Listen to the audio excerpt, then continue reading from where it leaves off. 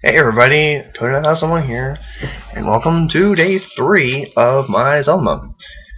Now, I tried recording this earlier, but the Flash player went off, and I did have it recorded, but unfortunately I couldn't upload it because, yet again, recording from the webcam, and it just went down, so this is take 2, and hopefully this goes up.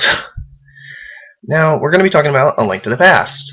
Now, first of all, the title itself says it all of why there's so many speculation confusions with the timeline. Because first of all, this is the first Zelda game, not only on the Super Nintendo, but also the first Zelda game that doesn't have a number sequence. And it goes back to the way Zelda 1 was, with the whole adventure puzzle solving layout, which this was basically why now Zelda 2 is considered the black sheep of the franchise. Now, what it is with the gameplay, you start out in a house with a relative that you now have, your uncle, who is off to Hyrule Castle to do some business, yada yada yada, and he tells you to stay in the house and not come after him. So, what do? You go after him, and you see him, like, lying there, about to die, and first thing he says is like, I told you not to come for me. It's like, really? You're dying. Why wouldn't I?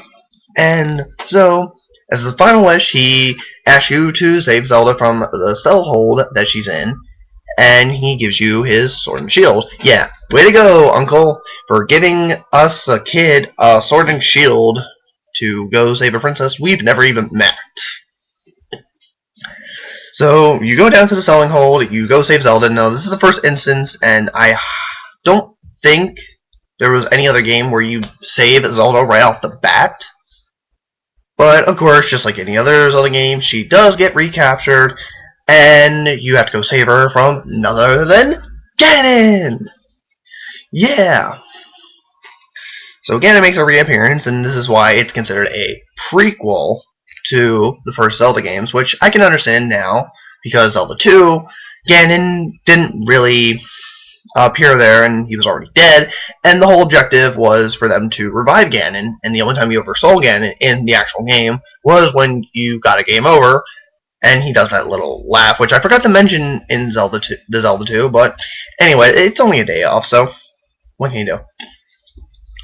But in Link to the Past, he does make a reappearance, and you do have to fight him and save Zelda yet again, yada yada yada.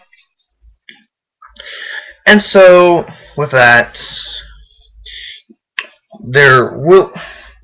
this is like the start of the whole speculation with the timeline, because a lot of people thought, just because of the title alone, it should be at the end of the 3 games that came out thus far, because of the title A Link to the Past, implying that this was a sequel and it's supposed to have some kind of connection to the 2 previous games. Whereas Miyamoto said himself that it was a prequel, which I understand because of Ganon and all that. So it caused a lot of confusion for fans, but this was only the beginning of what's to come.